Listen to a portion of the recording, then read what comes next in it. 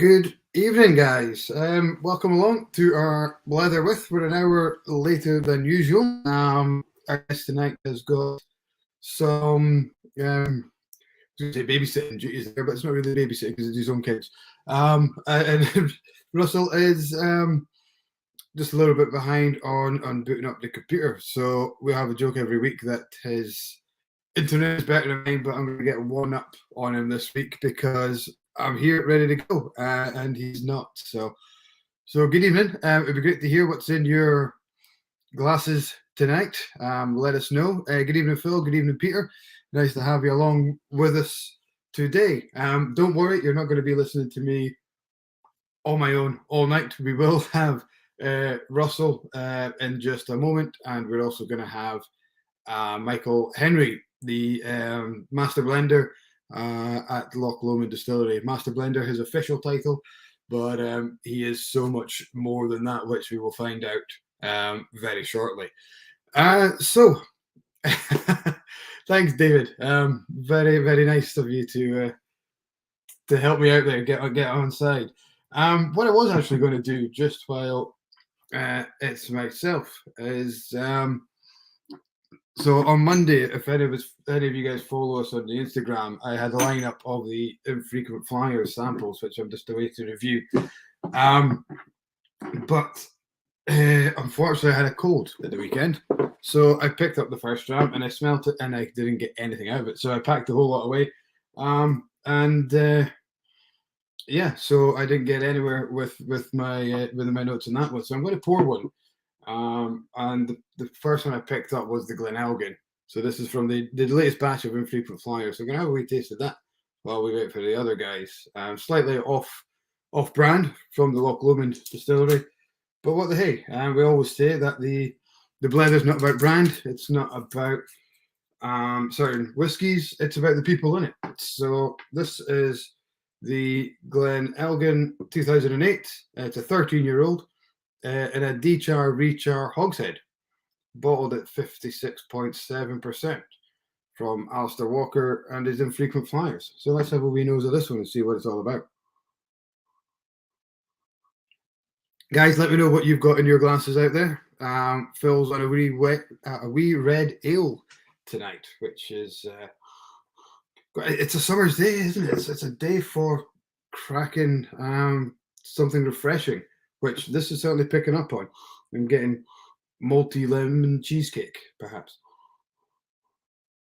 A little bit of nuts in there.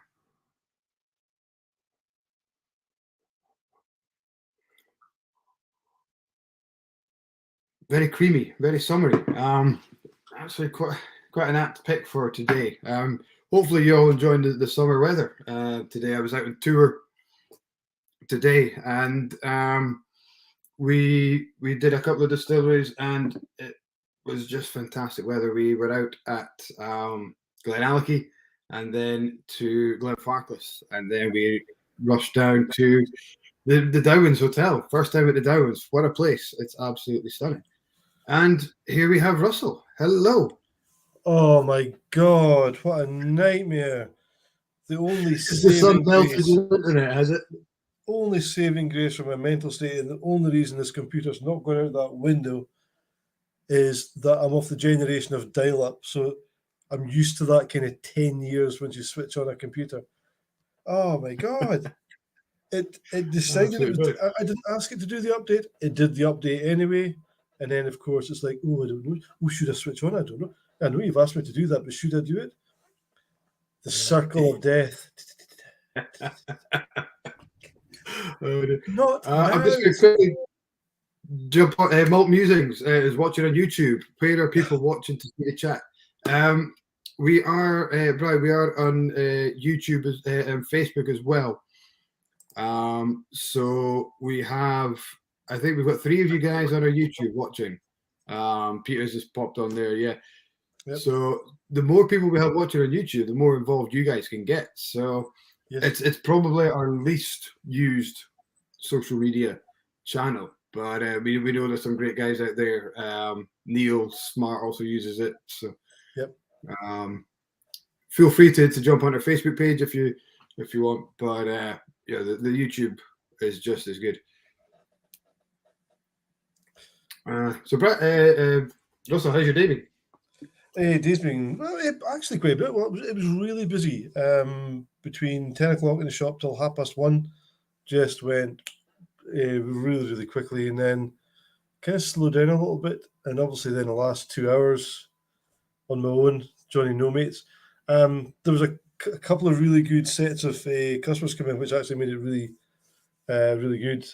Proper enthusiasts that were just kind of visiting the area. So that was really good. A couple of nice sales. So some really good chat. But yeah, just that kind of last 20 minutes of kind of the clock never ticking down. But yeah, no, it was great. Because we got a delayed delivery in as well today. So anyone watch it, if you are interested, we have the latest batch of Iron American cast strength in now and available. It just came in today. We're about a week behind everyone else. Our delivery was delayed, and the bank holiday, the Easter weekend, obviously delayed it further. So yes.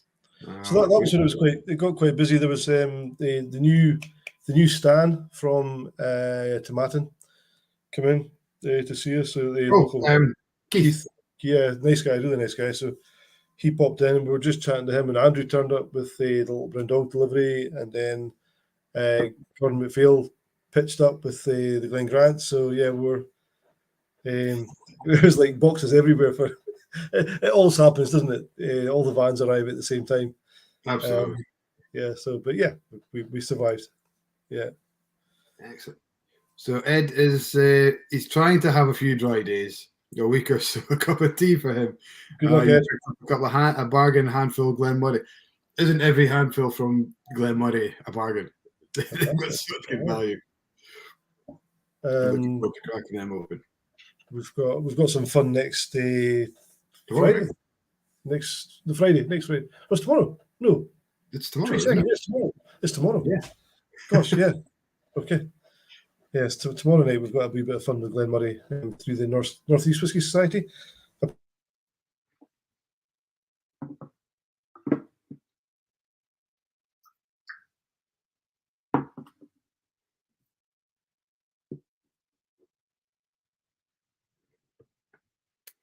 Guys, I'm not sure if it's Russell, which is in Northeast England.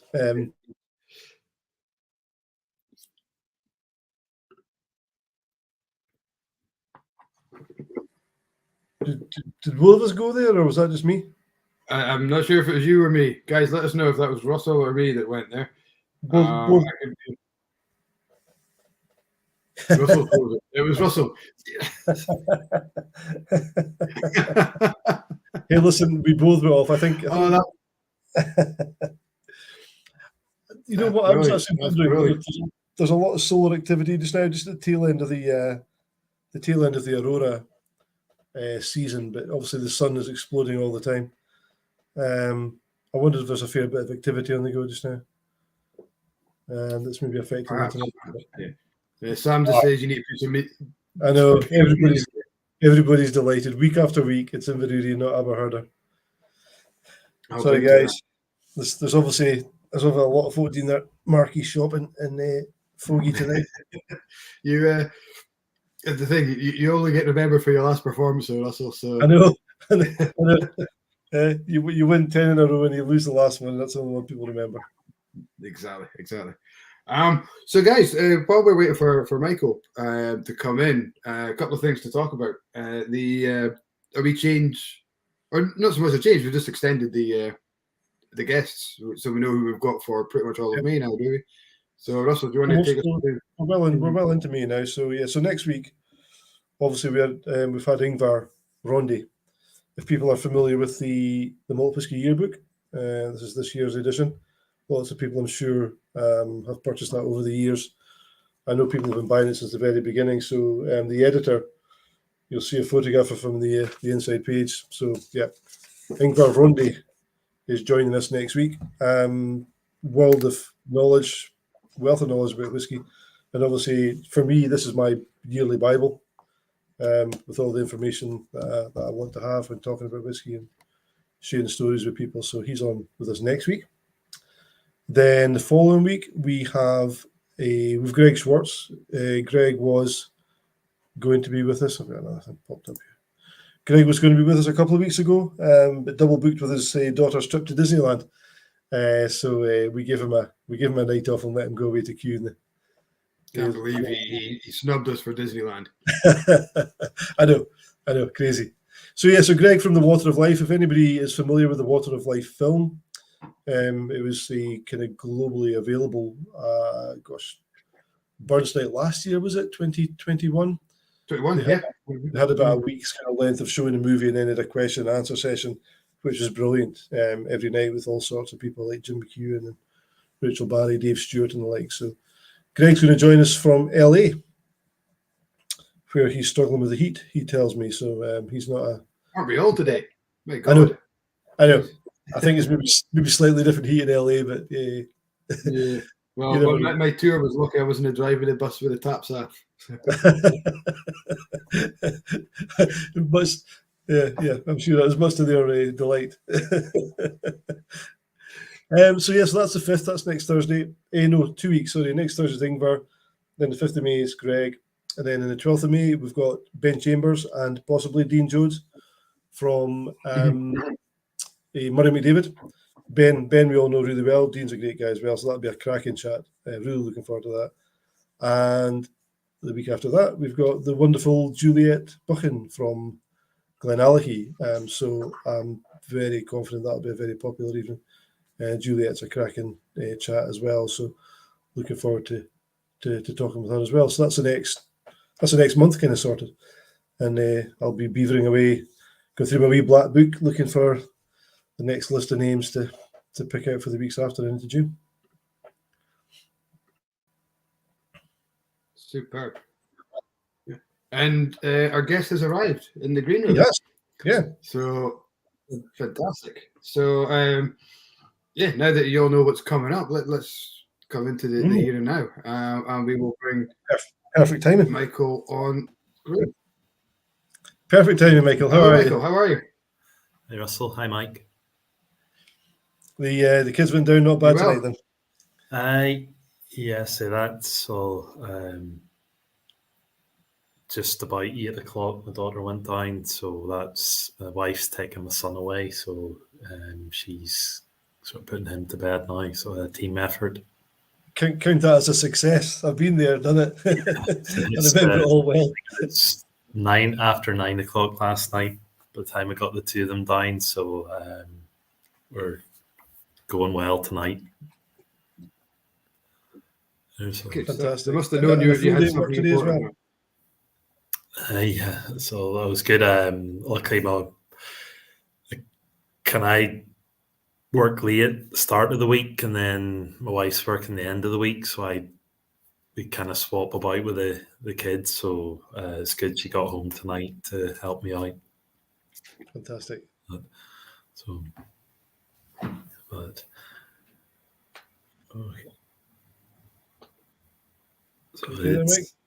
Yep. That's what. Yeah, I'll just make a review.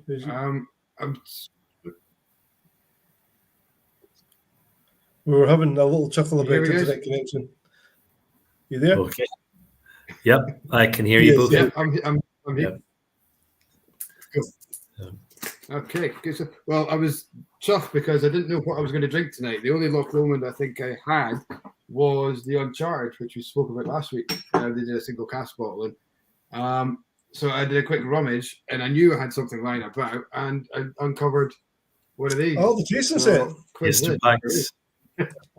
Wow, so that was about over a year ago we had you on, wasn't it? Just well over a year ago, because we must have been about January, February. Yeah. Yeah, because it's kind of the online tastings have really kind of slowed down now, and it's much more back to kind of in-person events. Yeah. So it's been it's actually can't remember. I can't remember the last kind of online tasting I've done. We've even introduced virtual ones where we have some people in the room, in the tasting room at the shop, and we send kits out to some, so they go up in a big TV in the shop, so the guys at home can kind of join in as well. We've got a camera set up, so it seems to work all right. It's quite good. Yeah. Yeah, and the Loch Lomond was a great night as well. One of the guys was saying it was a great night when we did it. There was a kind of almost a virtual tour of the distillery, working our way around. I think Gary was on that night with us as well, wasn't he?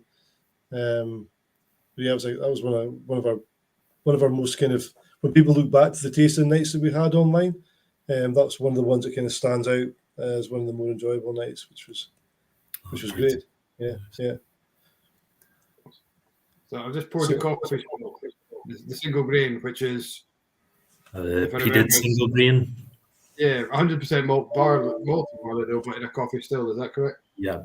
So I think the grain labels the peated single grain, and I've got the non-peated.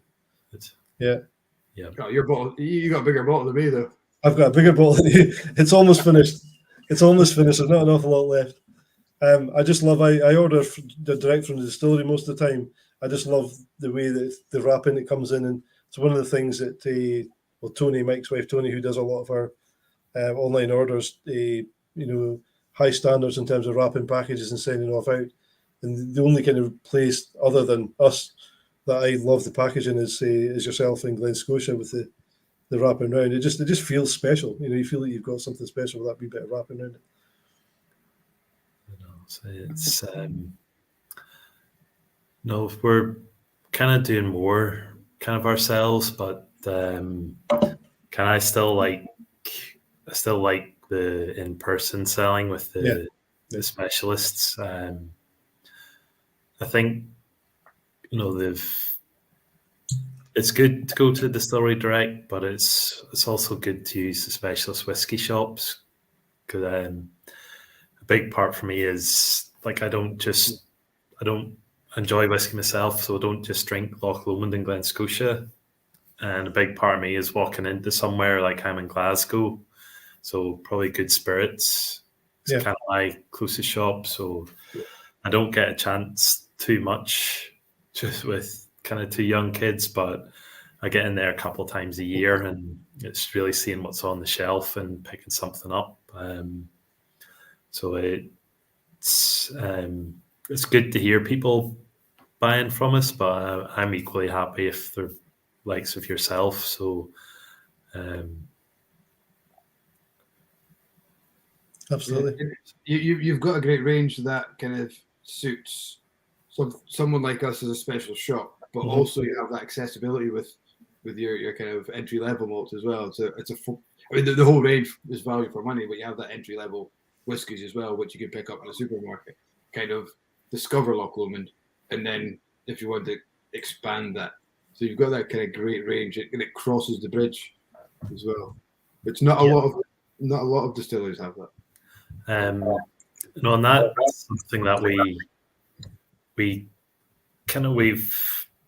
had to think very carefully about our range, because of the flexibility and the capability we have when it comes to distilling.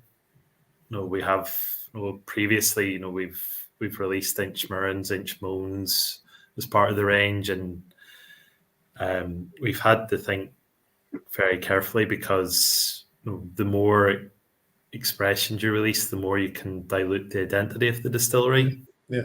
And I think that's really happened to us early on when we did have the kind of separate Inchmurrin and Inchmoan ranges.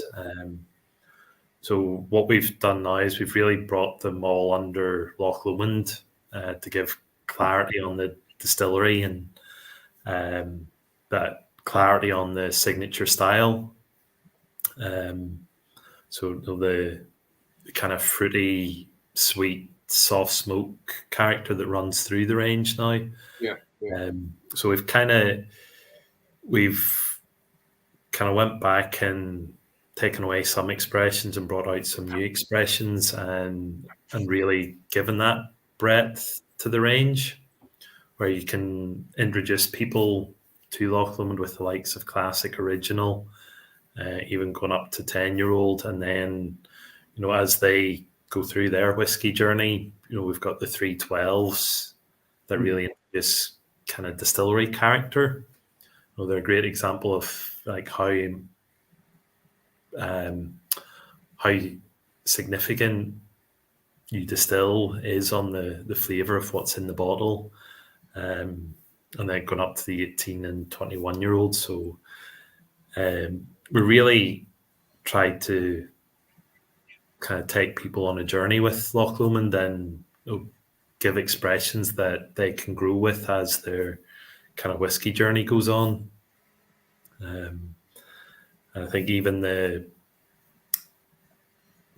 single grains that you talked about there, they're again a great example of something that's accessible but also has a lot of thought behind it.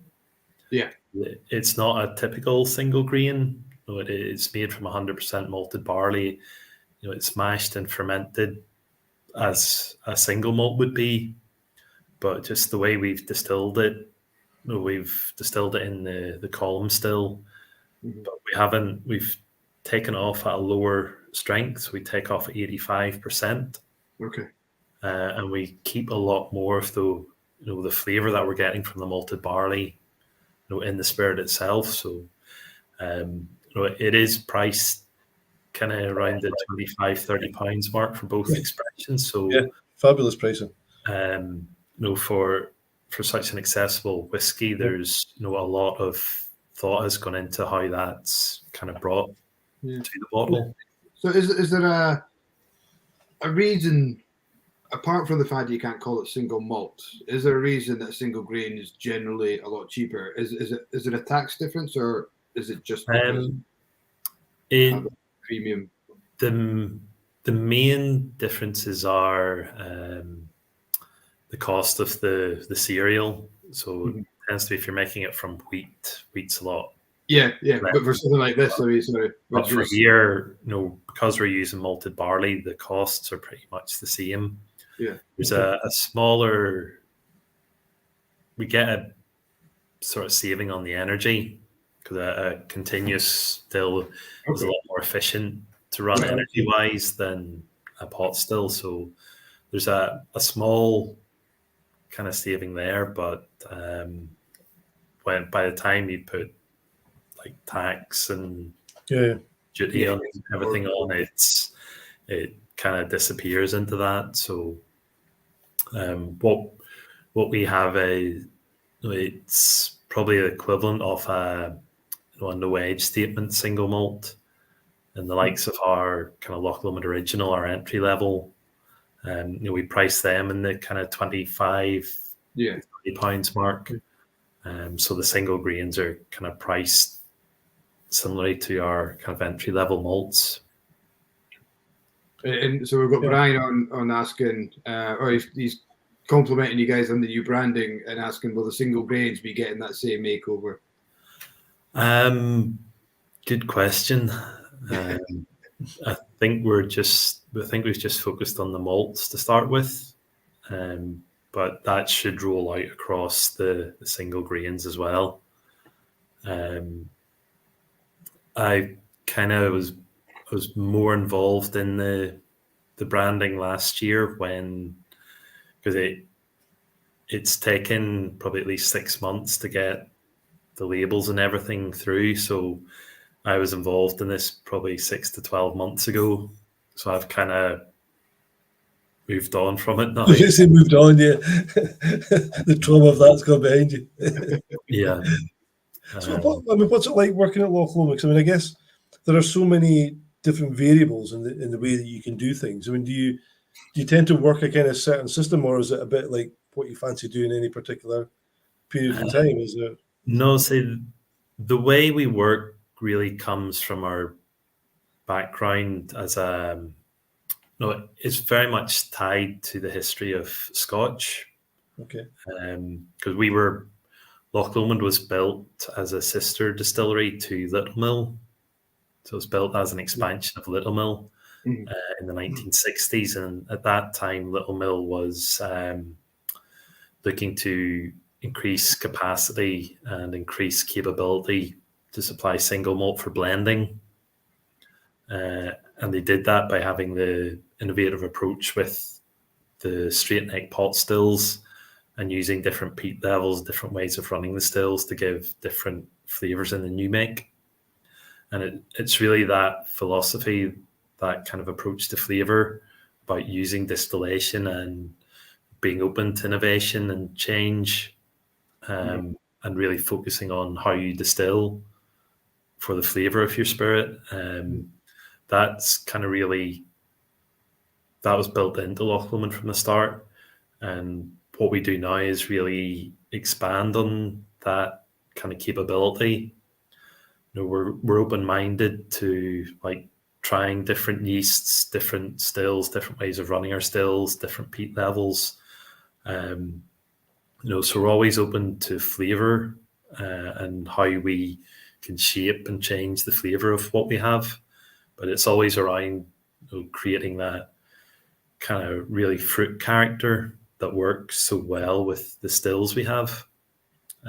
So likes of some of the work we've been doing in the last 6 months, we've been working with wine yeast now for about 15 years.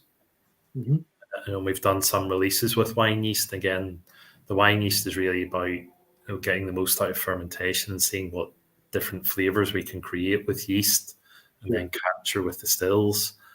The start of this year, we did some work with eel yeast.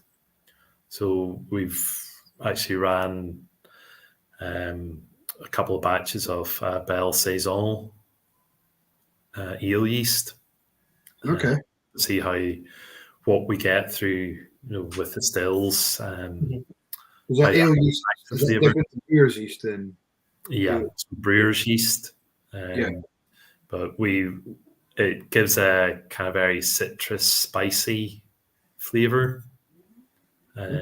So that's what we were kind of looking for. And it doesn't ferment exactly the same as distilling yeast. So we played around a bit with how we ferment.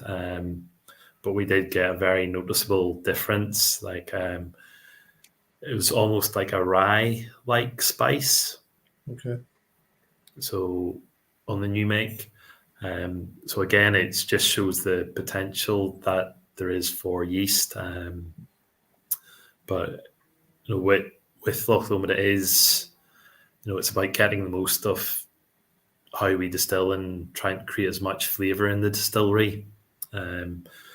So we do have a lot of freedom to try new things, but it has to work for us. It has to create, a distinct flavour that helps us or kind of complements what we do at the moment. So we're spending so much time on the distillate side of things and the flavour side. I find that completely fascinating. Where does wood come in then? Because a lot of people, almost kind of focus so much on wood rather than what else is wood's important, very important to us.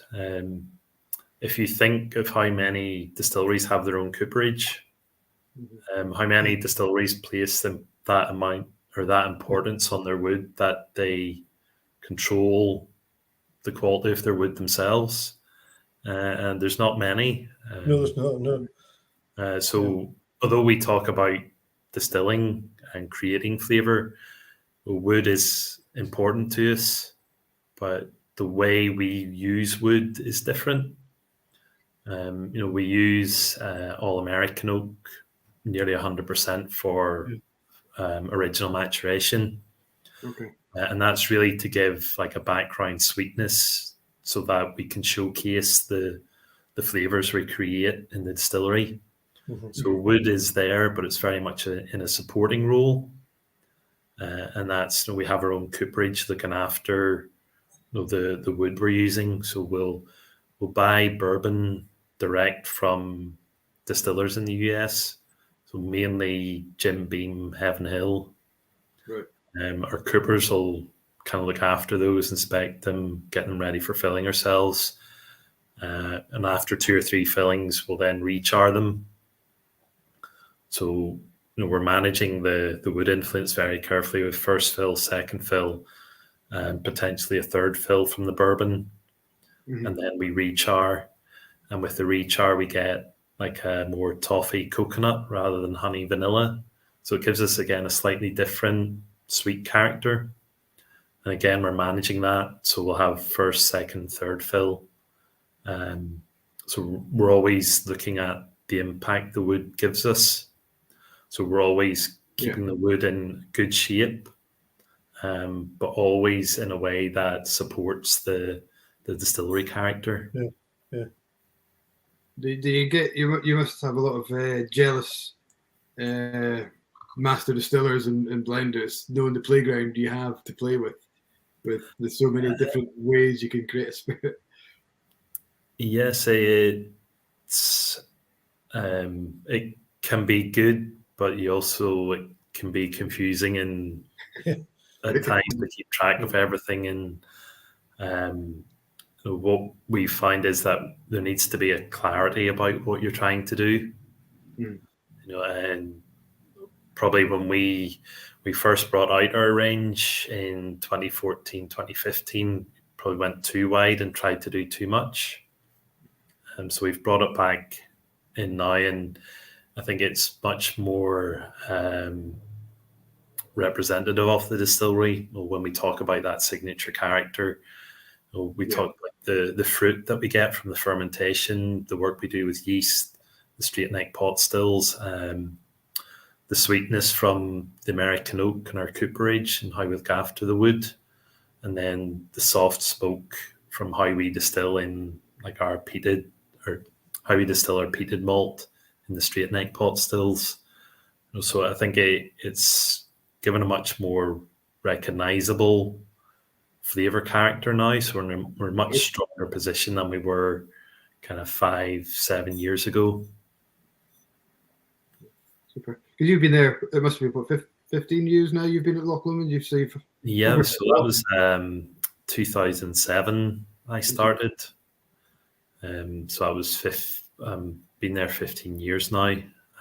That was 7 under the family ownership, which was just a very different place. It was that blending house that it had been from the 1960s. It had been expanded massively by like Sandy Bullock when he bought it in 1985. There was a single set of stills making 500,000 litres of alcohol. And in 2014, there were 3 sets of pot stills, a continuous malt still, and 2 wheat-based grain stills, making kind of 2 million LA of malt and 15 million LA of grain. So the place, Sandy Bullock, he didn't really do single malts. When he did, they weren't done with a great deal of thought. I think that's what maybe people remember about that time. Yeah, maybe. Yeah. But what he did do was put a lot of money and a lot of investment into the plant, and they were good at doing 3-year-old blend. And they ended up making sort of 10-12 million litres of 3-year-old blend a year. So again, it was just they chose to focus on blend, and they were very good at young standard blend. So when the ownership changed in 2014, kind of we kept the distilling capability there, and then we just changed the focus of that from blends to single malt. And that's really been probably the second half of my 15 years have went kind of twice as fast as the half. Interesting. So where did it all start for you in whiskey then? How did you get into the industry? Well, that's I'm sipping a Black Bush tonight. Nice, yeah. So I'm from Northern Ireland. I grew up near Bushmills, and also a town called Coleraine. Yeah. I don't know if I've heard of Coleraine. I'm a Formartine United football fan in the Highland League, and they played Coleraine in one of these weird Scottish-Irish Cup competitions a couple of years ago and did quite well. Took it to penalties. I think Coleraine are a much better team. But yeah, I'm aware of where it is. Coleraine was the last large malt distillery to close in Ireland. It closed in I think it was about 1982. Right. So I remember one of my childhood memories is like driving past the distillery and seeing the black basalt warehouses with the bars in the window. Yeah. So I grew up in an area that had a strong association with whiskey, like between Coleraine and Bushmills. And my dad and my granddad were both Bushmills drinkers, so whiskey was always around. And it was always kind of in a positive way. It was like when the rugby was on, or Friday night when my dad's friends were around. So it was always that kind of interest and there in whiskey. When it came to kind of finishing school and going to uni, I had been doing biology and chemistry and was looking to do something along those lines.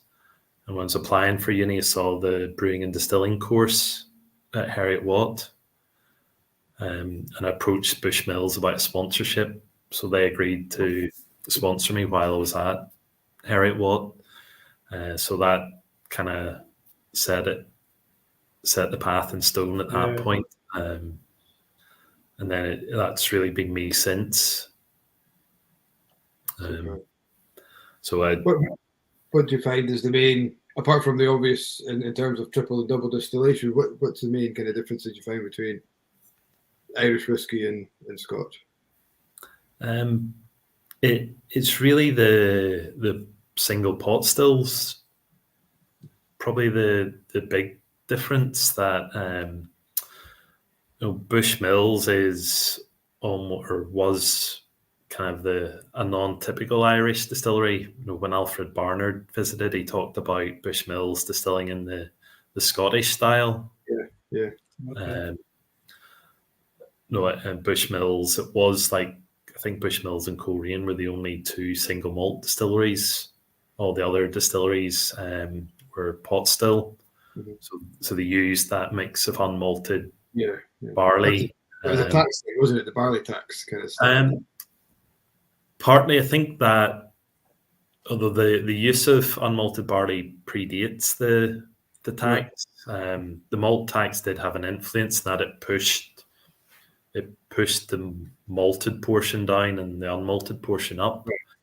I think it was more a case of just using what was at hand at the time.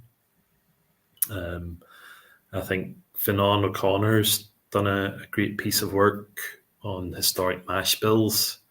If you ever have time, there's I think a few kind of podcasts, in particular with Matt Healy at potstill.com, potstillradio.com, about the work that Fionnán had done.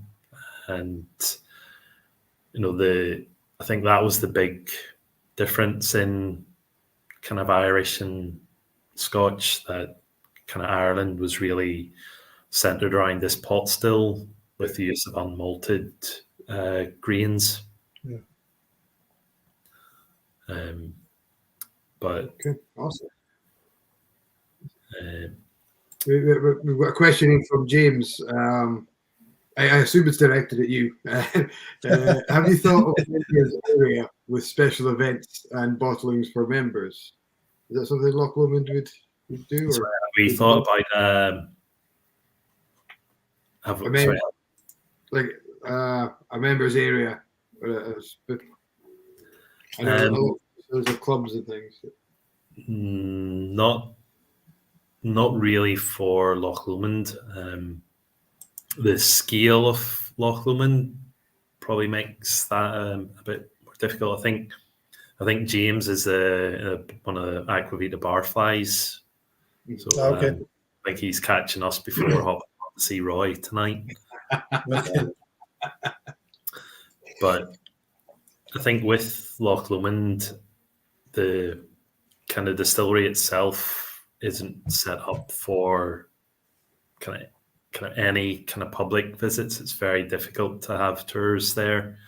When we do take people around, there's always 2 or 3 people, 2 or 3 of the Loch Lomond team there to take around maybe a group of 6. So it's almost, you need like one staff to maybe every 2 or 3 people there. Just because of the layout of the distillery, and it is a very busy place. Like when you do walk around, it is like there are like forklifts working in the warehouses and across the yards. There are HGVs coming in and out. It's probably a couple 100 yards walk to between the still house down to the cooperage. So having an area for like people to come in, it has been difficult for us to manage. It's something that we've been looking at almost continuously for the last 8 years. Kind of a members club is not something we've considered at the minute, and that I think it's really early days for us. We're still trying to build awareness and recognition of the name. A members club might come further down the line. We have done specialist bottlings for whiskey clubs and specialist shops. So likes of Southport Whiskey Club, we've done single cask bottlings with, like the Whiskey Shop, Whiskey Exchange, the Calendar Shop. We did a Scotia bottling with them last year. So we do kind of bottlings like that with kind of partner outlets or retailers. We are considering a distillery edition for Loch Lomond. Although we're not open to the public, it would then be sold through our website. So we are thinking about how we can give people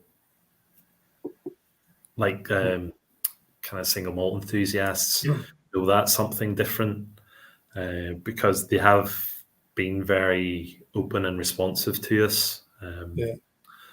So we have had a lot of support. We've had a great support from likes of people like Brian that's commenting. So it's good to be able to offer them something. There are kind of expressions in the core range. Brian's a big fan of the 14-year-old, but it is good to offer the single casks as well to give that something different. We have a couple of things a couple of ideas that I would like to do as distillery editions, probably centered more around like the wine yeast that we've done. So like single cask or maybe small batch bottlings of wine yeast spirit, something like that's really kind of tied into the distillery, and is really has that strong association with what we do. I think James's comment's quite good. Everyone is growing, and I know where he's kind of coming from in terms of brand, but it sounds like Loch Lomond's doesn't need to grow because it's already massive. It's almost like trying to control an untamed horse and trying to get a direction. The power and the strength there to refine it. It's really the recognition, because we didn't really have a single malt until kind of about 7 years ago. We were effectively a new distillery with a 3 million litre capacity. So there's a huge amount of growing that we need to do. And as I said before, we didn't get it completely right when we first started. We did probably try to do too much too soon. and we're still building that recognition of the distillery, what Loch Lomond stands for with the approach to distillation that we have. But I think it is resonating with whiskey drinkers. It is something that is different, to talk about. Still shapes, peat levels, cut points, yeast, fermentation times. To talk about that is how you shape the character of what's in your expressions, rather than talking about sherry casks, port casks. We had a tasting through our Highland Whisky Academy with Quinelli Nduli in Geely, and he took us through 8 years of new make spirit and explained the difference and how they got that flavour, and it was all to do with cut points, temperatures, the length of the run, and it was just the yeast type, and it was it was a geek's dream. Brian just put in the comments geeky, and when we first got pitched this 6 dram new make spirit tasting, I was like, is that going to be too much? These are whiskey drink guys drinking this. But the difference, it was very definite differences. It was amazing to see. And fascinating to see the different ways of actually doing it, because people get tied up too much in cask type, but to see how you can tweak temperatures, yeast types, just all sorts of different things that will actually make a big difference was utterly fascinating, and puts all of us kind of amateur wannabe distillers completely in our place. That's, if you look at our 3 12-year-olds, the 3 12-year-olds are the same age statement, the same wood profile. So they've all been matured in the same mix of casks, but you have 3 very different flavour profiles. You have the fruity character of the Loch Lomond Inchmurrin 12, the balanced character of the Loch Lomond 12, and then the smoky, spicy character of the Loch Lomond Inchmone 12. I suppose you have to give a wee bit of leeway for cask, because every cask is going to be different and everything, but to get such different styles through. They're completely kind of different flavour characters by using the same casks, and it's all been through how they've been distilled. Because they all have different makeups in terms of the spirit that goes into them. Yeah, absolutely. I mean, in terms of cask makeup, you're going to be doing batch anyway, so it's the distillery style that's coming through rather than cask influence. And I remember distinctly doing the tasting and going through that kind of, like just a 12-year-old, a 12-year-old, 12-year-old, and the differences were incredible. I know, so the kind of differences between them are far greater than kind of any kind of cask variation. So I think that was very much a conscious decision that we would have the 3 12-year-olds, really to show how important the distilling was to their character. So coming into Loch Lomond, was that something that you had already thought you would like to do, or did you sort of find yourself there and it was like, all right, okay, so that's what we can do here? Or was it already something you wanted to kind of develop? No, I came in because after Bushmills, I went to work in beer for 10 years. So I worked at the Caffrey's Brewery in Belfast. And then I moved from there to the Tennant's Brewery in Glasgow. So I was making Tennant's Lager when I saw the job come up with everyone's favourite lager. Caffrey's before. I remember when that came on the go. Finest chicken lager. So I saw the job come up with Loch Lomond, and I hadn't actually heard of Loch Lomond before I saw the job. But I started to look into them, and I saw that kind of different approach, and that was really what kind of brought me into Loch Lomond. And then once I started working here, it wasn't frustrating. That wasn't quite, maybe frustrating isn't the right word, but it was that we had this distillery with this huge kind of flavor potential, and we were putting it into 3-year-old blends, and we didn't really put our name to any of it, so nobody kind of knew what we were up to. So when the change in ownership came about, that was like a brilliant opportunity to start kind of getting the name of Loch Lomond out there and getting it kind of recognized and associated with this way of distilling, and this kind of have it centered as a distillery character single malt rather than kind of a maturation led single malt. My first introduction to local and indeed the single grain or single cask single grain was a Murray McDavid release of 18-year-old Loch Lomond. Yeah. And I remember trying it and thinking, wow. And probably naively, I kind of looked at it and thought, if this is what the single grain is all about, I can't wait to try the single malt.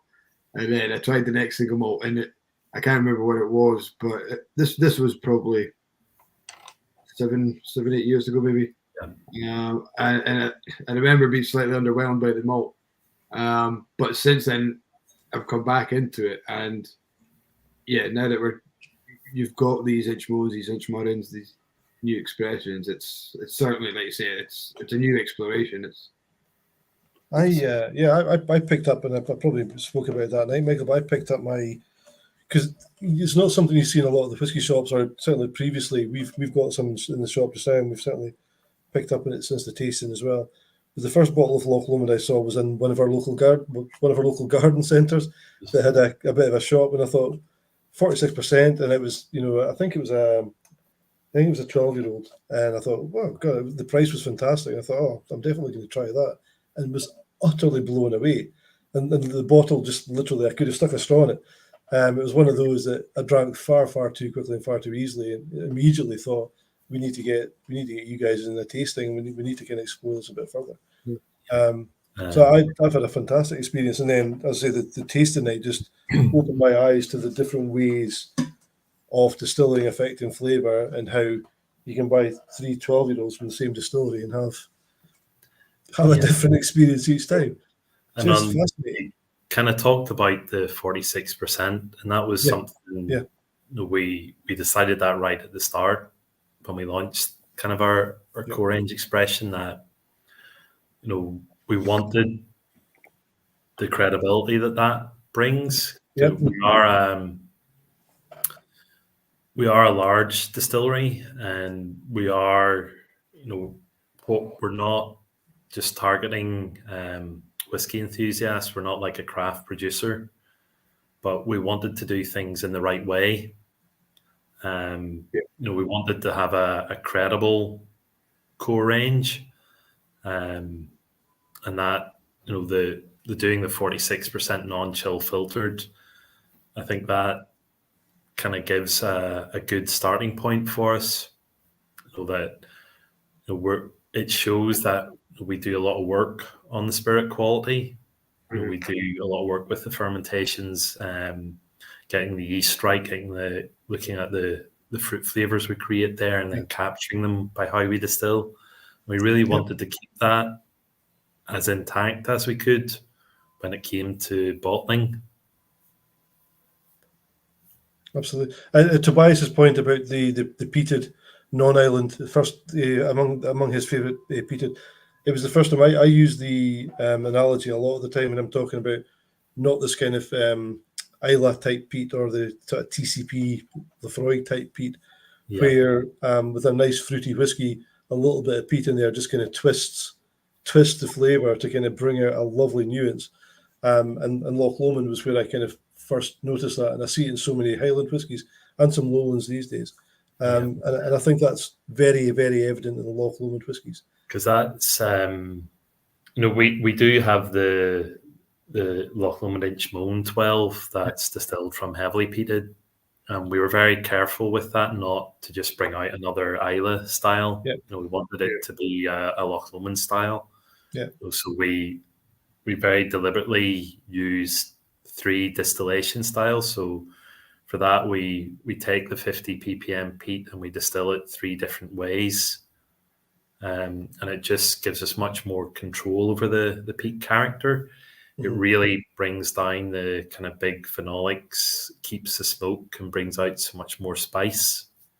And it just gives a very different take on heavy peat than you would get from Islay.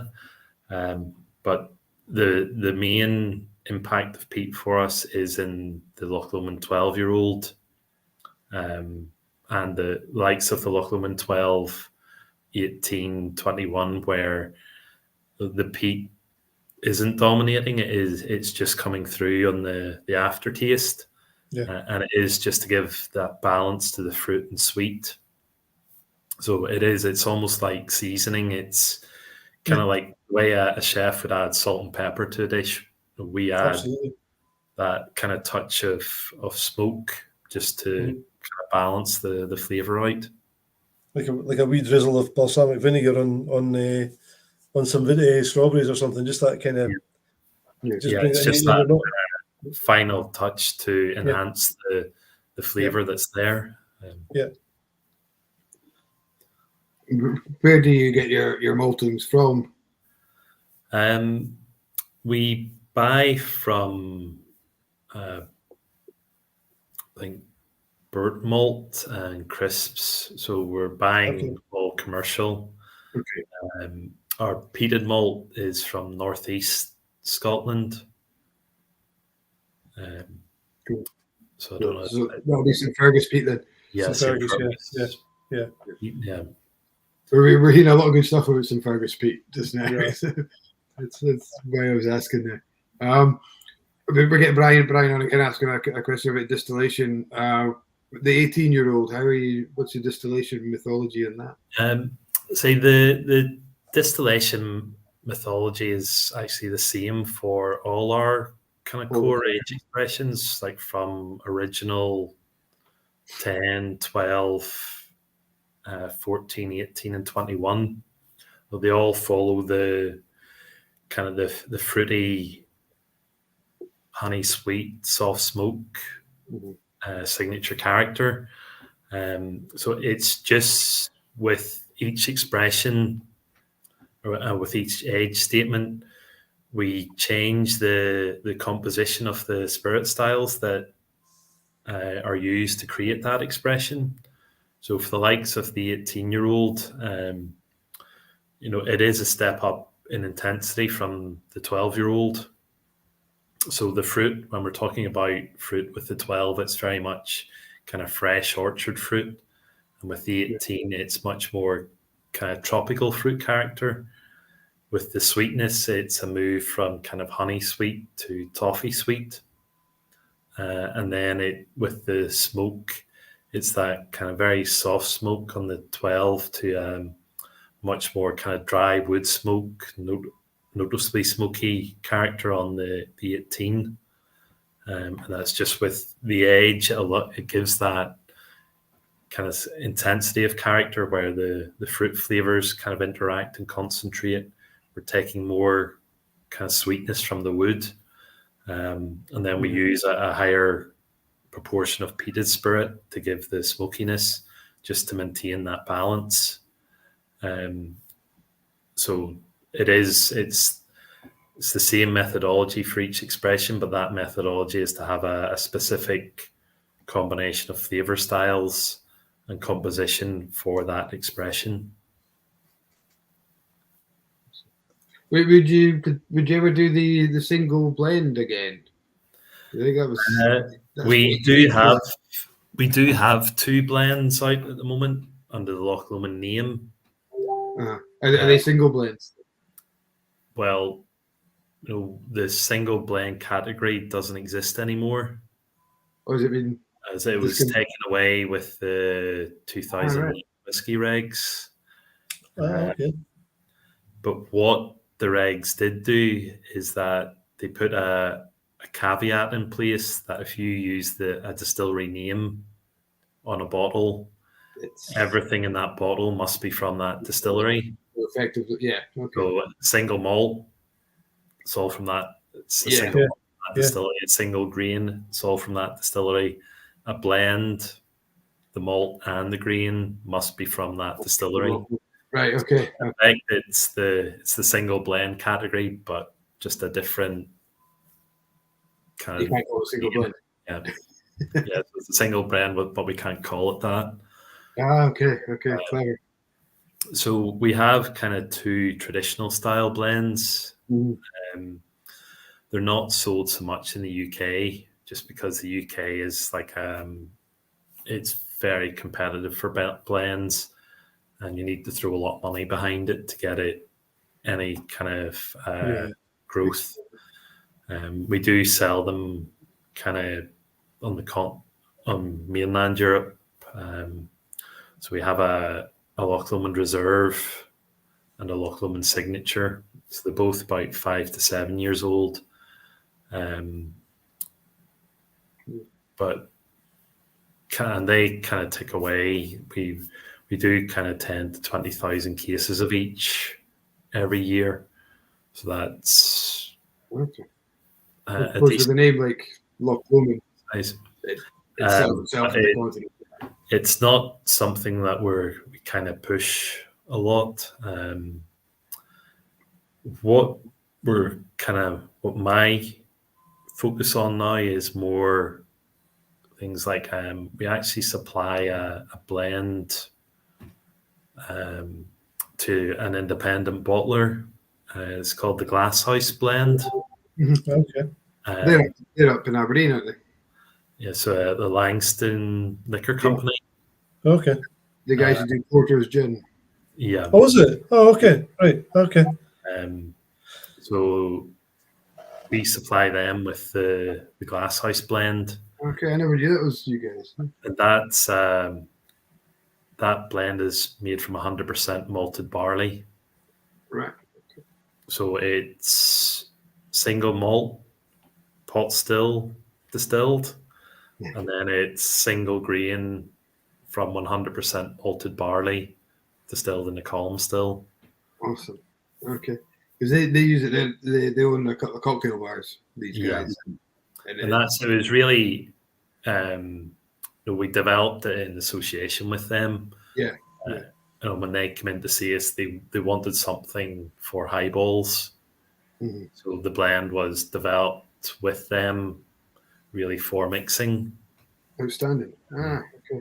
So is that something you do a bit of, then, kind of sort of bespoke blends for almost like contract kind of stuff, or? We have done a lot of it previously. Yeah. So we in up to 2014 we were exclusively almost a blend business. Yeah. Okay. So as we've been building the single malt range, we've kept doing some of that. But we're kind of cutting back on it now as we're needing the spirit for the branded business. Yeah. And it's tough to do that, because I mean the money's all in blends. The single malt market is where people want to go, but there is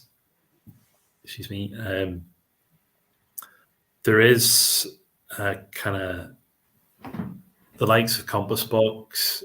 With the likes of Compass Box, there is like a growing awareness of blends now, not the traditional kind of Johnny Walker type. Yeah. But that blends can be something different. They offer distillers with some creativity a way to express that. I think I've heard several distillers say that the Scotch whisky regs are restrictive in practices and they kind of stifle innovation. Mm-hmm. But I think if you look at the likes of the Glasshouse Blend, where you have like a blend from 100% malted barley, there's plenty of scope within the Scotch whisky regs. I suppose it's how you get that out there and how you tell people, isn't it? And it's the SWA. I think Loch Lomond have had their differences with them in the past, but my view is they do an invaluable job in protecting Scotch as a category and the identity of Scotch. and the whiskey regs as they stand, there's so much potential in there. We can see it, and it gives us scope to work with yeasts, distillation styles, so there's huge scope within them. The likes of Inchdarney are another distiller. Grants at Caninvie have done a single distillery blend with the pot still rye. Yeah. So I think there's the seeds of like a new style of blend, a much more open and creative way of doing blended whiskey. That's starting. That would be on a flavour par with malt.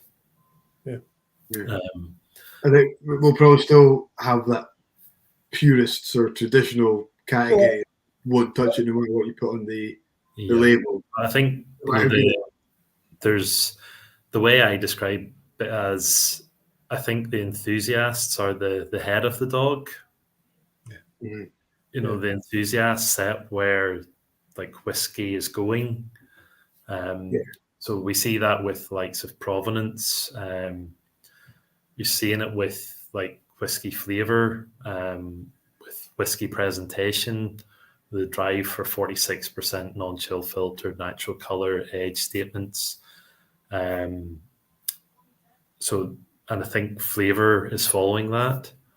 I think people are very much accustomed to wood and what it can offer, and we're now looking at things like yeast and cereals. Rematuration is becoming such a big thing now, isn't it? Yeah. I think there's so much potential in the single grain category. For me, it's the most exciting area of Scotch. We've done our single grain from 100% malted barley. The second expression in that range is the peated single grain made from heavily peated malted barley. So if you taste, I think you opened on that with the green label. So that malt is 50 ppm phenol. So that's the same as like Lagavulin and Lafroig. But when you taste it, it's a totally different character. Much nicer. I was looking at the label, and I noticed right at the top and tiny writing you've got made with malted barley. That's very deliberately. We had to be very careful about how I was going to ask. There must be on it. Yeah. So it is that the single grain category, it's there for distillers to. It's like a huge playground now for cereals. Like I touched on Caninvie doing rye. Inchdarney have done oats and rye. I think even, and I'm happy with what Philip's saying, that these spirits are called single grains. Yeah. Because it takes away the preconceptions and the baggage that goes with single malt. And I think it can open people's perceptions to them. It gives distillers a lot more freedom to call them single grains. So I think even with ourselves, we distill a single grain using malted and unmalted barley just before Christmas last year. So it was like a 30% unmalted barley, 70% malted barley. So almost like an Irish pot still mash through a continuous still, taking off 85%. And that new make, that's probably been the most exciting thing I've tasted in kind of a long time. So, the single grain category's given us huge potential for flavour. And then if you start blending with those grains, like the rye grain, the unmalted barley grain, grain made with oats. That blows up the flavour potential in the blend category. I think like Connor's asking there about using malted barley in a blend. We talked about the glasshouse blend where we use that single grain from malted barley as the blending grain. So we do a blend from 100% malted barley, but we also use like the single grain from malted barley as a lighter style single malt in blends. So some of our blends will use this as just a lighter style fruity single malt for blending purposes. So it is in our blends like High Commissioner that we do, or the Klansman blend. I think what else Philip Story's point about the single blend. Okay, I think I'm not too worried about the single blend category because it was a category and it wasn't really utilized. To be fair to the SWA, you can't really have a category that's on a par with single malt when only one distiller does it. Since it's gone away, Kinenvy have started to do a single distillery blend. But hi, Alistair. Half an hour till we kick off in the V pub. So okay. So the blend category, it's not something that we need to kind of focus on. Like what if we call it a single blend? There is that kind of caveat that if you put Loch Lomond on it, then it's from that distillery. Yeah. And I think that's that kind of covers it. And yeah. That's something what I'm taking away from tonight is not to write off. Not that I ever wrote off single grain, but I didn't realise how much coverage a single grain had.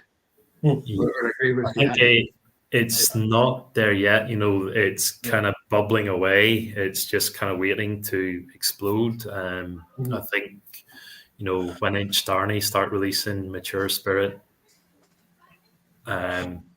RBK are doing it a little bit at the minute, but their price is kind of restrictive. If we get like a much more accessible price, maybe Inchdarney will do that with the scale they have. That will really start to open up the single grain category. And it is something Brian mentioned earlier, like Spearhead, where we use Spearhead as kind of it's a single grain, like finished in with using infrared toasted American oak. So again, we have a kind of quite a technical distillation with quite a technical finish, but it's something that's to draw kind of Irish whiskey drinkers and bourbon whiskey drinkers into Scotch. But again, it's a single grain, and it's really kind of looked at for the on-trade to kind of try and get that kind of exposure to people drinking it. So again, it's that kind of adds excitement to the single grain category because it's a different approach. It's not like a certain blue bottle single grain. Yeah. You mentioned that, and it's actually the thing that fascinates me about this conversation is that the bigger Scotch industry, if you like, at large, and the biggest companies out there probably do a lot of this kind of tinkering and back and forth and all that kind of stuff, but you never get to have this conversation with what they're doing. Whereas with you guys, we're able to get a bit of an insight into that whole kind of machination. There's a Johnny Walker expression released last year that used rye single grain. I think it was distilled at Tinanich. Yeah. I forget the name of the expression, but it did use a single grain from a rye mash bill. So likes of Diageo, they are doing things with single grain like this, but the scale of their operations. Like they couldn't play around with single grain at Cameron Bridge. No. The scale of the operation, and it's too big to do anything. It's like that. You know, how do you turn an oil tanker? Yes. Yeah. Yeah. Something like that, launch it, and it's all about the look of the bottle and the advertising and the brand, but they don't go into the liquid. And you can never phone up or invite somebody from a company like Diageo to come and talk to us like this. I think that's what I was getting at, that difference. Accessibility. Yeah, I think that's something that we want to. You know, we made that mistake in the old ownership. We didn't talk about how we did things, and you know, people were left to make up their own minds. When they did that, it wasn't always favourable to us. So now, when we do get asked about what we do, we are open about it. I think that's key. Things like our scale. You know, we're not just targeting malt enthusiasts. You know, we do want to do supermarket whiskies. We do want to do like a core range that's for specialist retailers. So we do have different expressions that are for people at different points on their whiskey journey. And we are trying to be more open about that. Yeah. I think, you know, it is getting that dialogue with people. It builds trust. Yeah. Exactly. The bottom line is that, you know, whiskey it's not like a loaf of bread or something that you need to feed your family. You're asking people to spend their money that they've worked for on something that it's an experience. Mm-hmm. So you do need, I think it can sometimes be unreasonable to ask them to spend their money if you're not willing to tell them about the product. Exactly. Yeah. So I think we're in that kind of culture now where people want to know, and not only want to know, but they almost need to know, like you said, to spend. You know, when you were making Tennent's, how many people came up to you and said, "So what are the hops you use in Tennent's lager?" Exactly. Now, guys like Brewdog, Innocent Gun, all these, they tell people, and people want to know. You know, so it's not. I don't think it's a whiskey thing. This is an industry. Yeah, I think Loch Lomond, we have a great story to tell. You know, we're an hour and 20 minutes in, and we've spoken a little about casks, but you know, we're talking about yeast, we're talking about distillation, we're talking about mash bills. So the engagement you get when you talk to people, you know, it's really a fun part of the job. It's one of the best parts of the job. To see like the passion that people like sort of Brian, who's set up the kind of Loch Lomond Friends of Loch Lomond page, Philip, who does the SMWS releases, you know, the passion and the investment that, you know, people put into whiskey, you know, you don't get that with a lot of other things. So it is something that, you know, it makes it fun to work in the industry. But the thing we get with Loch Lomond is a different story.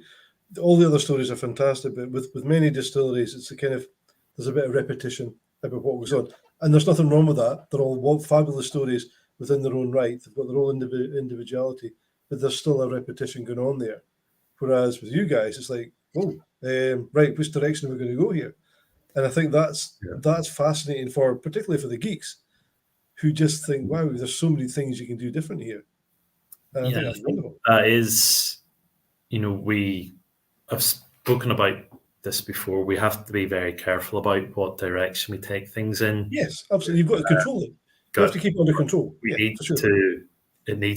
People need to be able to recognize the distillery style and kind of not have some expectation that what they're buying will be similar to what they've had before. Yeah. But that still gives us scope to, you know, when we talk about fruit flavor, you know, using ale yeasts to get that, or when we talk about smoke, you know, using ale yeast to get spice that kind of complements the smoke. Yep. So it stays within. It is experimenting with new flavors, but it's very much complementary to what we do. So it is about kind of always bringing it back to that kind of signature character. But it is an exciting. It's a different way of doing it, and there's so much more potential with distilling. And it is something that's new to a lot of people, so we do have to talk about it at different levels. Like some of the people in tonight can tell me about distillation and whiskey, whereas if I walk, we say new, but really historical, because in terms of the history of making whiskey, there wasn't much in terms of maturation. It was all about how you made it. Yeah, and that's like the maturation side. That can be put down to like the whiskey lock of the kind of 70s and 80s. Yeah. 100 years ago, whiskey was sold leaving the distillery, or sold after it was distilled. And, if people distillers used to brag about having a 10-year-old, that was like the pinnacle of. That was like 100-year-old these days. Yeah, absolutely. I popped up Brian's last comment there. We just love your whiskey, and I think that's what it all boils down to, isn't it? It doesn't. Your story. I'm not specifically Loch Lomond here. Any distillery, the story, the branding, everything can be absolutely top notch. But if the whiskey's not up to scratch, you're not going to buy another bottle. Yeah, and that's what you're emphasizing here. Is for me, the whiskey and the branding and the bottling is important, because that's what you touch, what you hold, how the whiskey gets to you. Yeah. If that is poor, then you don't always get a good connection with the whiskey. But the whiskey needs to be the most important thing. It needs to be credible. It needs to be quality. It needs to deliver on what you're paying for it. So I think that's the starting point, that you need credible spirit, and that's kind of packaging. And then the packaging is there to support that. The marketing, marketing can be a bad word sometimes, but when it's done right, it informs people. It is there to help people know about the product and make informed decisions. So when you do marketing right, it is about it's talking about your whiskey in the right way. So whether that's like advertising, it's the copy or the wording on the bottles, the packaging, I think all that's there to kind of support the spirit itself. Yeah. You see, you're moving away from the Inchmurren and the Inchmoan. I think that's a bit of a shame. I'd never heard of these islands before I started drinking Loch Lomond. Being born and bred Scotsman, albeit from the Highlands of Scotland and then Aberdeenshire. So I haven't spent that much time round about Loch Lomond, but I wasn't aware of the different names. So there was almost an educational element there to me. But I can see from the branding. I think some people do like it, because we have so many internal spirit styles, and rather than calling them spirit type A, spirit type B, we call them Inchmurren, Glen Douglas, Craig Lodge internally. Yeah. And for anybody working in the distillery, it probably takes about 5 years to work out what they all are. So when we thought about using them for our ranges, it was well intentioned. Yeah. But then we didn't really get the communication part, the understanding part that went with it. So people would come up to us and say, where's Inchmurren Distillery? Yeah. They didn't realize it was all one distillery. And like, but there's something lovely about because Inchmoan was the peated version, and that, am I right in thinking that was the island where people historically they would row across? Yeah, so that's a wonderful story from a shop point of view. That's a lovely story to be able to say to sell a bottle. Yeah, and that's why we have kept it. So you can see again, it's like we have the Loch Lomond in the big. You've kept it a small bit, yeah. Okay, cool. But we've kept the Inchmoan there as kind of help. We normally ask a question. Sorry, Rick, you're just in there. I know, so that's we finished there. We normally ask a question to most of our guests. You walk into a bar, there's no Loch Lomond, but you I want to do a wee twist on it this time. After kind of the conversation what we've had. So you're in a bar and you're having a drink. Somebody recognises you. Two people recognise you and they come up to you and they ask two different questions. So my question is, which question would you most like to hear? Or which statement would you most like to hear? The first person says, I've just bought my first bottle of Loch Lomond and I love it. The second person says, I've tried all your Loch Lomond's and I love them all. What makes you happier?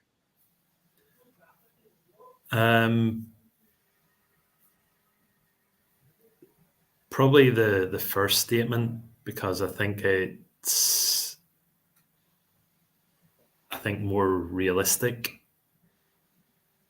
I think there's very few distilleries that you try every expression and you like, and I think when we talk about the scope of our range, we talked about where you are in your whiskey journey. You start off with the likes of Loch Lomond Original and you step up to the 12 and the 14.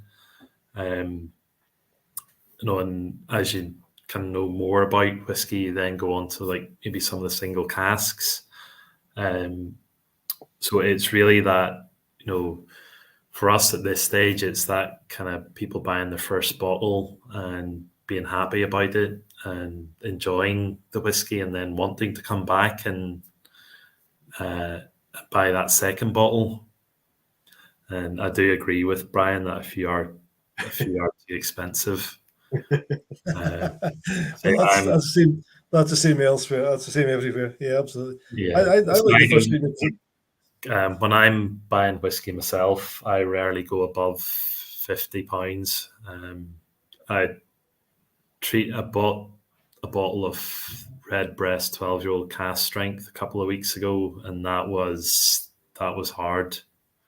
That was £80 a bottle, and that was hard for me. So, but I think I've never tried the Redbreast. There's a few people told me that I have to try it.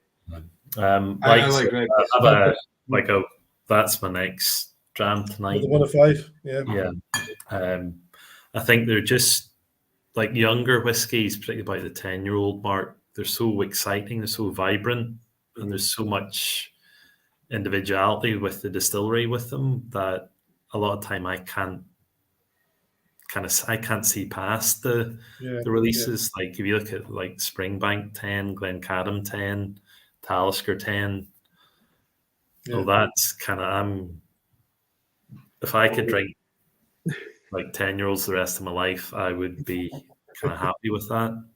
Yeah. Glencadam 10 is pretty knockout though, isn't it? It's fantastic. I love it. Yeah. It's that other kind of fruit bomb type. It's just the intensity, the fruit character. It's great. We'll need to send you down. We've got a Glencadam as one of our shop exclusive just now. It's a 15, but it's a proper fruit bomb. We'll need to send you down a wee drop. Let you see what you think. You do the blind tastings as well. You're part of the blind tasting club, aren't you? I'm not, but I'm not part of it. I have done one, Brian. Arm a bit. Do you enjoy them, or do you find them too stressful? Or no, I do enjoy them. I have to put I need to know that I'm not drinking my own spirit. So it can be hard for a distiller to taste other products blind, because you can't really come out and say you don't like anything, so you have to be careful about it a bit. Yeah, that's understandable. So there's a bit of that kind of, I need to watch what I'm saying, but but usually I haven't ever had to watch what I'm saying when I've been in a blind tasting, because the people who are picking them know what they're doing, and the drams they put in are all quality drams. So it's probably the opposite in that it's more really broadened my whiskey drinking. It's kind of like the Glenfarclas 105. I first had that in a blind. And it was against like two Aberlour Abunas and Glengoyne 21. and I put that ahead of them. Yeah. That's Maybe crazy. It's a belting drum. Yeah, today with 6 guys from or 5 from London and 1 Californian. They're staying locally, and we had them out on a tour. We took them to Glenfarclas as part of the tour. At the end of the tour, you get the 10 and the 15, and most people preferred the 15, and they were up and they were looking to buy something, and I kind of just said, to be honest, for £1 more, go for the 105. Absolutely. And all 3 of them who were buying bought a bottle of 105. So I'm so glad that you said that, because if they don't like it, I could come back and say, well, here's Michael. It's a top dram. But in the other way, that actually for a few quid less, if you're looking to lower your budget, I think that in between the 10 and 15, I think the 12 is superior to the 10 and the 15, and you're saving a few quid as well. But yeah, the 105 is a belting dram. Fantastic. There's a quick question from Brian, because you're kind of involved a little bit in Glen Scotia as well, or how involved are you in Glen Scotia? I look after all Glen Scotia. Okay, so you're very involved in Glen Scotia then. So Brian was wondering how excited you are for the new festival release. Yeah, very excited. I think I've pushed the company to do an 8-year-old, so I've got like an 8-year-old age statement. I think I love working with Glen Scotia Spirit. It's so characterful, and I think again, to get an 8-year-old age statement on a Glen Scotia is kind of direction of where we want to go with the festival. The festival is really for like the kind of whiskey enthusiast. It's always we've made it so that it's always an age statement or vintage. It's natural color, non-chill filtered, and we try and play around with kind of peat levels, cask type. So this one, it's the youngest age statement that we've had for a Glen Scotia. It's a big kind of, I think the best description I've had of it's smoky treacle. Oh, wow. So it is like a heavily peated kind of with a solid PX finish. So you are getting that play off with the smoke and the sweetness. I think that was kind of my thinking, when I came up with the spirit and the finishing kind of regime for it.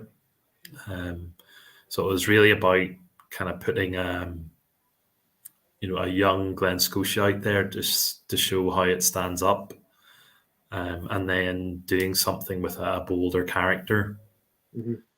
I think the 2021, it was a 10-year-old with the red wine finish.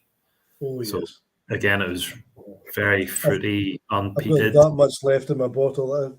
I'm loath to get rid of. It's just, you can see it there, the red one.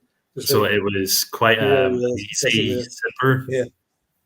So this time I wanted something that was a lot bolder and kind of really kind of left a mark. So that's why we have the 8-year-old PX finish, the 8-year-old peated PX finish for this year.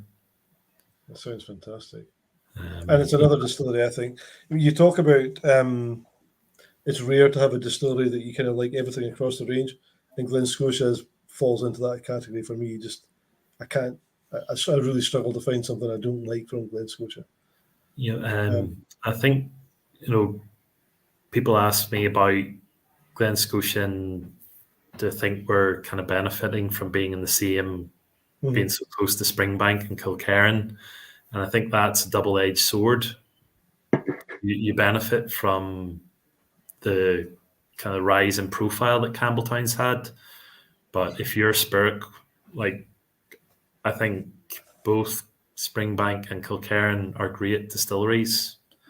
Like, I have like bottles of the Springbank 10, I have probably 3 or 4 Kilkerrans in my cupboard.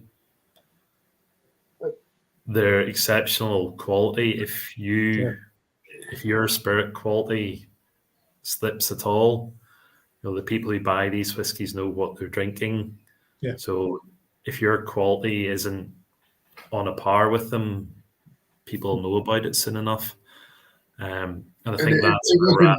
Distiller of the Year last year for nothing. Then I think we're kind of in a place where we're kind of getting that confidence with Glen Scotia that it can stand on its own. I'm with Brian. Yeah, I totally agree. It stands on its own, and it's won all the prizes. So lots of people must agree. It was a clean sweep at the Whisky Icons last year. The only one who enters the prizes. So. From a personal point of view, I would always buy a Glen Scotia before I buy a Springbank. That's just my flavour profile. But I think there are, the Glen Scotia is that kind of Campbelltown character, is that kind of oily mouthfeel. And when I say oily, it's not like engine oil. It's the oil I get's like a paraffin. I always think of, when I nose Glen Scotia, it takes me back to my granddad. Kind of, he did a lot of gardening, and he would wrap his tools in a paraffin-soaked cloth. That's maybe why I like it as well. It's that kind of sweet, kind of almost overripe fruit, kind of oily character, but you really get it in the texture. Like, the texture of Glen Scotia is really full, and if you think about Victoriana, that's probably the best example of that Glen Scotia texture. There is that kind of saltiness to it that's great to work with. You can play off sweet characters like PX with the saltiness. You can match it with smoke. And then there is that kind of fruit character. Sometimes, it's apples, pears. When it's older, it's like that kind of tart pineapple. So it is great to work with, and there's so much hiss. It's like the opposite of Loch Lomond, where there's so much history there. We don't want to touch it. We're kind of panicking a bit about the mash tun because it's kind of so old, and we don't know how we'll kind of replace it, because we want it just to be, if it breaks down, we need to replace it with exactly the same thing. I was down in 2017. I was down at the Springbank School and spent the week. We spent a day with Frank McHardy, and we visited doing the Glen Scotia, and I really, really enjoyed it. But because I was immersed in Springbank for the whole week, it just kind of drifted away from me, and I never went back to it for a wee while. And these last probably the last 2-3 years. Again, it's similar to Loch Lomond in that it didn't always have the best reputation under the previous ownership, and it's taken time to build people's trust again. But I think now we're doing a good job of that. Hopefully, I think people are starting to be more confident about buying Glen Scotias, and I think they're seeing the work that we've done since 2005 with the spirit quality. They're seeing that in the weight, the texture of the spirit, and over the last kind of 5-8 years, how we're presenting that. The choice that we're giving people with the core range, and the specials, or the annual releases that we're doing with the festival and the seasonal.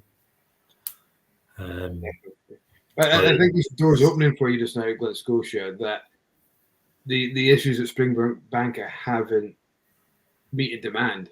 People are looking for something different, and if they're looking for that funk, you guys are there on the doorstep, and people are converting to you. Kind of don't want that to happen. And I want to be all still buying Glen Scotia. I don't want to. We've had some. Last year in particular was a big year for us. Absolutely. Likes of Victoriana, we'd been taking over about 1,000 cases a year for maybe 3 or 4 years, and then last year we sold 3,000, which is great if you're in the sales team. It's an absolute nightmare if you have a product that has a 15-month cask finish. So you're getting this 6 months in, where it's like, we need more Victoriana, and it's like, if I do a batch, I'll be ready in 15 months' time. So crazy good job.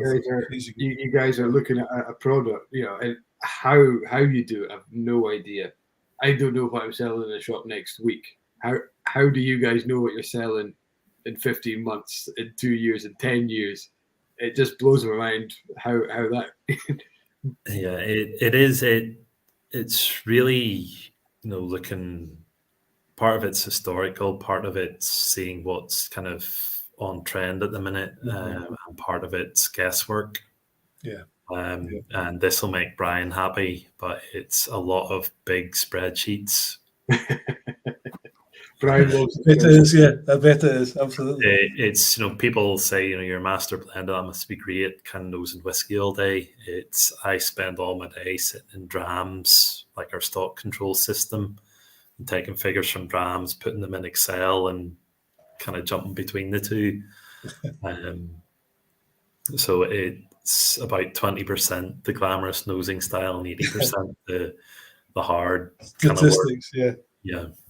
From a kind of more kind of drama and a bit fun kind of side of things, Ian's McAllister's on with us quite a few times, and we love Ian. He's a great laugh. What's a conversation with yourself and Ian like? I mean, do you talk telegraph poles or anything like that? Because no, it's usually, unless there's something going wrong, we don't kind of talk. You don't get a chance to. That's a shame. So I just Ian's doing a great job there. The spirit quality we get from Glen Scotia, it's consistently excellent.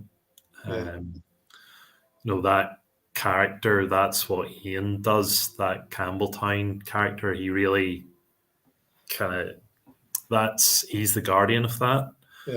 It's his personal approach to the distillery. It's his involvement with the team, how he trains them, how he invests in the people that are there, because it is a hands-on distillery, and you need somebody.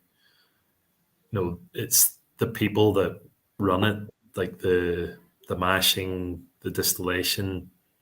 There's so much individual involvement in it that the people there really shape the spirit, and that's Ian does a great job with the team and producing that spirit. It's so characterful, and keeping that kind of Campbelltown identity in the spirit.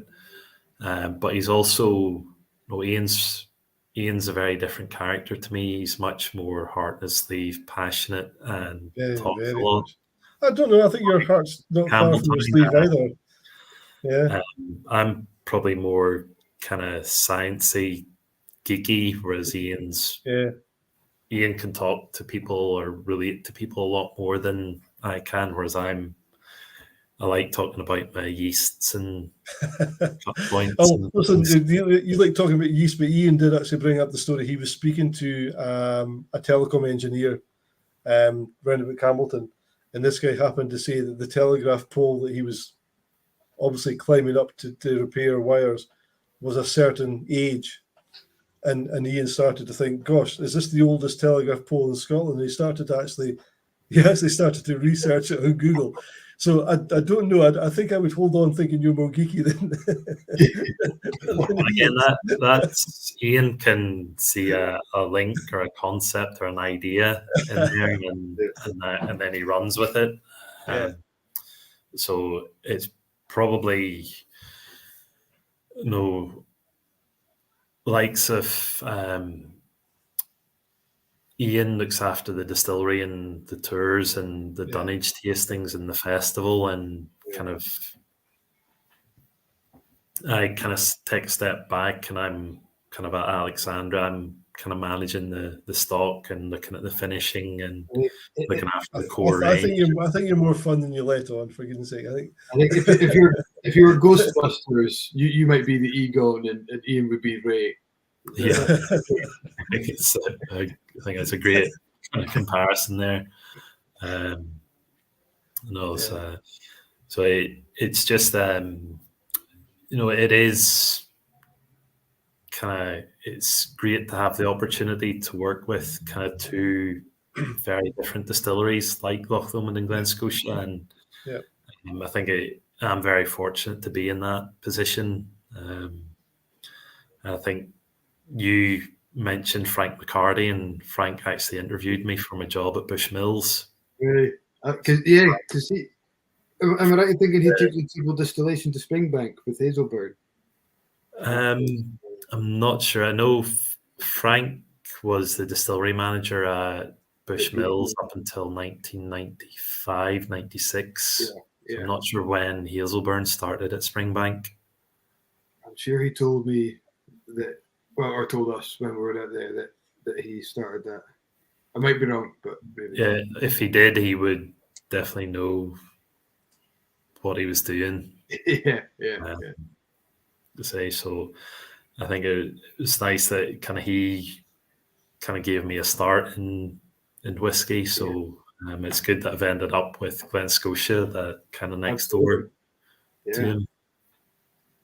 You mentioned that you're lucky. You feel lucky that you have got to work with two fantastic distilleries, and I understand where you're coming from with that. But I mean, from our point of view, and I think the guys that are listening tonight would agree that we're probably actually enjoying the luck that the influence that you've had on those two distilleries, and the fact that you're taking them in the direction that you're doing so, because there's clearly a fan base of people who want to be able to think about their whiskey and enjoy it in that way, that we're actually getting to experience that kind of stuff, that product that you're developing. Oh, thank you. Yeah, and it's wonderful. You mentioned things like Glencadam.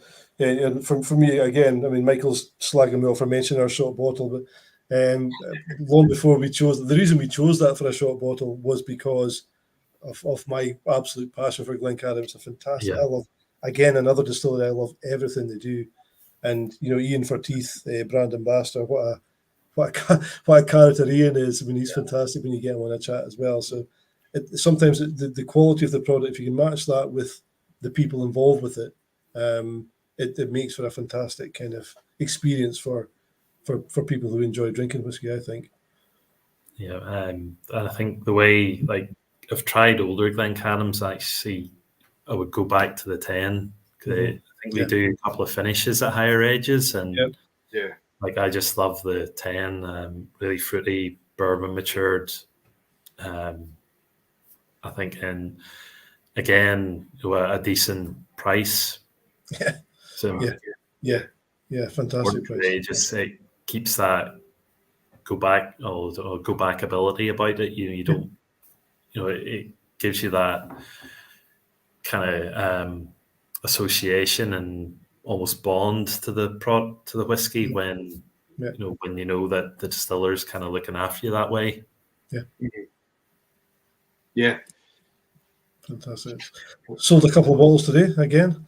Can't help it. Can't help it. I would have sold a Loch Lomond, but we didn't have any of the peated versions in the shop. And the customer who was in loves Loch Lomond, but they wanted a peated whiskey. So sadly, one of those would have gone today as well if I'd had one.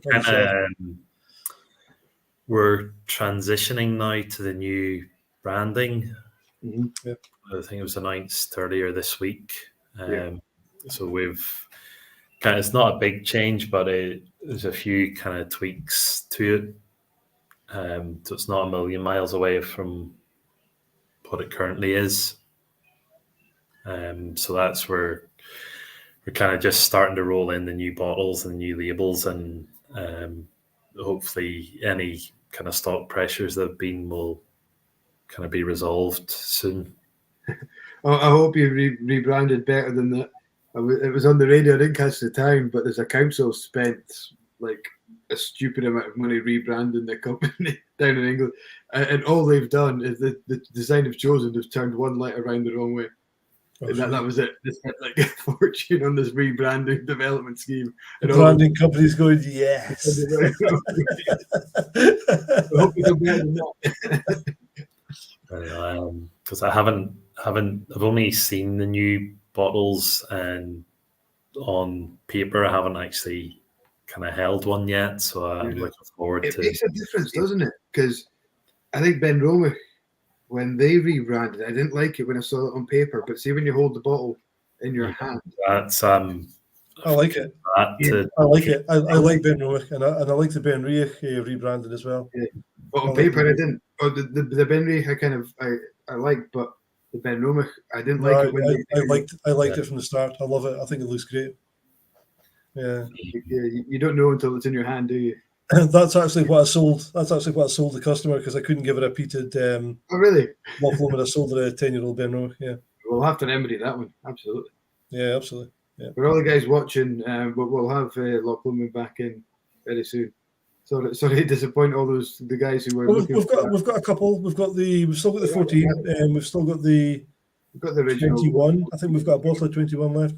And we've got the Madeira. We've got the Madeira Inch Moon. Inchmarin Madeira. Yeah, Inchmarin. Yeah, so Inchmarin. Yeah, Madeira. Yeah, we've got a couple of that left as well. So yeah, I think that's what Alistair Gray was drinking tonight. I think it was. Yeah. I think he was on a Southport No, single. yeah, that's right. He was a club bottle. Yeah. Yeah. A Manzanilla. Yeah. So I think Brian was asking about the stag. I think it disappeared. The crown went. Oh yeah. On the last one, so I think we're keeping it. Just need to check. So you're keeping the stag, or you're losing the stag? I think we've. No, we haven't brought it back, so we're keeping the stag, but it's still without the crown. Okay. So, yeah, I mean, it is one of the nicer bottles to look at.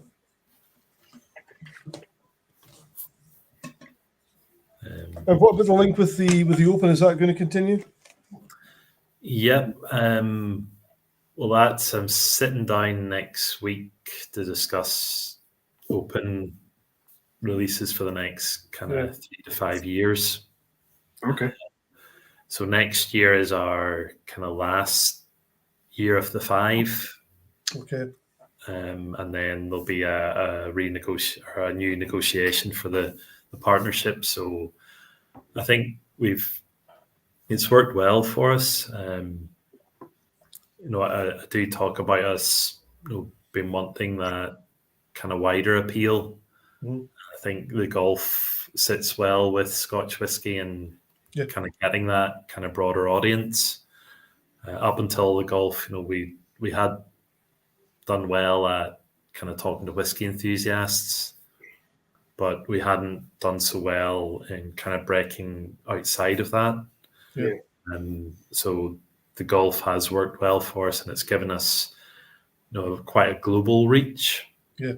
The golf's like huge in likes of Australia, America, Asia, South Africa, Asia. Yeah.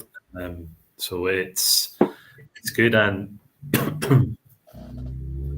while it may not be like aimed at enthusiasts, it will, it does give me a chance to kind of play around a bit with different things for Loch Lomond. So the likes of, last year we had an English oak finish. Okay. This year it's been like we've gone back to the wine finish, but it's been like a 3-4 year wine finish. So quite a big kind of Bordeaux claret type influence, which is a first for us. When we've used wine previously, it's been quite a light touch. So it is allowing us some freedom to create new expressions, even though they are for a kind of limited time. Mm-hmm. Yeah. No, I've certainly had friends who are golf enthusiasts who have messaged me to say, "Oh, I see there's a Loch Lomond at this event. What's that like?" And I've always said, "Go and try it. Yeah, you'll enjoy it." So, yeah. But I think one thing that we've started to do much better kind of recently is sponsor kind of club events with golf. We've given golf clubs like a Loch Lomond medal competition, so like a pack to go and do run a competition at the club. So it has been good to get, that again, not just with the Open itself, but kind of day-to-day events with golfers, and again getting that exposure to kind of people who don't normally see Loch Lomond. It sits well because I mean Loch Lomond, I guess the Loch Lomond golf course, I guess, resurrected the Scottish Open back in the day, so it kind of sits well in terms of our brand and stuff and our name. I think it's synonymous, isn't it? Whiskey and golf go together so well, and for visitors to come over, especially your Americans and Germans, these kind of guys who are infatuated with whiskey and golf. That's the reason they come over. So for you to kind of unite the two. It's been a good partnership in that there has been that overlap. Like whiskey is a great Scottish export, as is golf. Having been associated with the Open, which the golfers that we've had in that we've worked with, like Paul Lawrie, Colin Montgomery, Darren Clark, when you talk to them about the competitions they've won, in the majors, that the Open's the one that it's the original kind of major, and it's the one that is most significant for them. It's just called the Open. There's no other name to it. It's not the American Open or the European. It's the Open. Yeah. It's the biggest golf tournament in the world. Of course it is. Have us associated with golf that is such a Scottish kind of event, and then with the Open on top of that, it's that kind of strong identity's worked really well for us. Although I come from like the north coast of Ireland, which again is a big golf area. I grew up like 3 miles from Royal Portrush, but I can't stand the game. Well, you're a rugby fan, so I mean, good rugby player. So I used to love golf until I started playing it. It's one of those sports. It's just I don't have the patience for it. I have the patience to wait 10, 15 years for whiskey to mature, but I don't have the patience for it. I would rather wait that, I'd rather sit and watch a barrel maturing for 10 years and play around. No, I'm the opposite. I've not picked up a club for about 10 or 15 years because I've just not had a chance, but I love golf. I think it's a great game. I love golf as long as I'm not expected to play on them. Better game to play than watch golf, but fantastic. No, there's so much skill and nuance in golf. It's a better game to watch. No, it's good. It's good. You take a wee hip flask around with you as well, so if you have a few bad holes, you just kind of get stuck into your hip flask instead. So rugby would be yours. Is that your first love then? I've kind of played rugby from when I was 10 years old up till I kind of retired when I was 38. So played up till my kind of just after my son was born, and it was one Saturday night I was trying to bath him, and I went to kind of lift him out of the bath, and it was just broken this now. So that's he started playing now, so I kind of coach or help coach his team. Yeah. Now, who did you play for? So back home, I played for Coleraine. Uh-huh. And then when I came over to Glasgow, I played for Glasgow Ackies. Oh, wow. Okay. Yeah. And my son's playing at GHA now. Fantastic. I do, when I was back home, I love going to like Ravenhill on the Friday night and watching Ulster play, and then playing for Coleraine the Saturday. And when I came over to Glasgow, I used to go to Glasgow all the time, but to the family now, and it's kind of harder to get to games. But I kind of took my son to a game just before COVID hit. So hopefully, we'll maybe next season we'll get back into kind of a few more games with Glasgow. Yeah.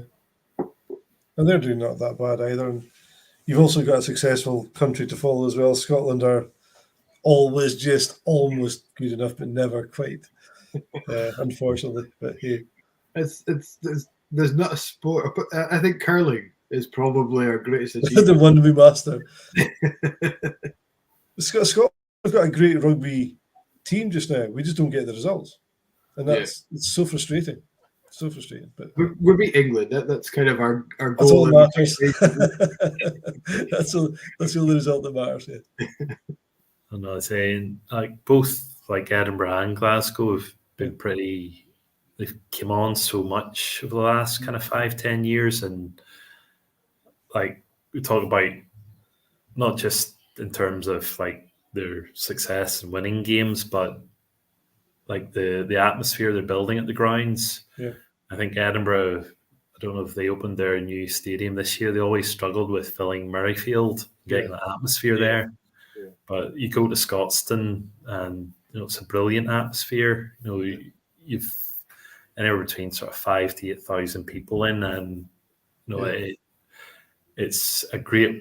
You love the experience of watching rugby there. So I think they've done the SRU. They might not be getting the results with the Scottish team, but Glasgow and Edinburgh are so much higher up now than what they've done, and the quality of players coming through. I think they're much more competitive. They're not getting the results, but they're a lot closer to where they should be now. And competing against a good team, so you're getting to see the good sides there as well. So yeah. Fantastic. Mike, you've got your virtual pub tonight as well, don't you? Yes. I've been on as a main guest once with Roy, and I've done a couple of kind of blind challenges. But I usually like to have the V pub on.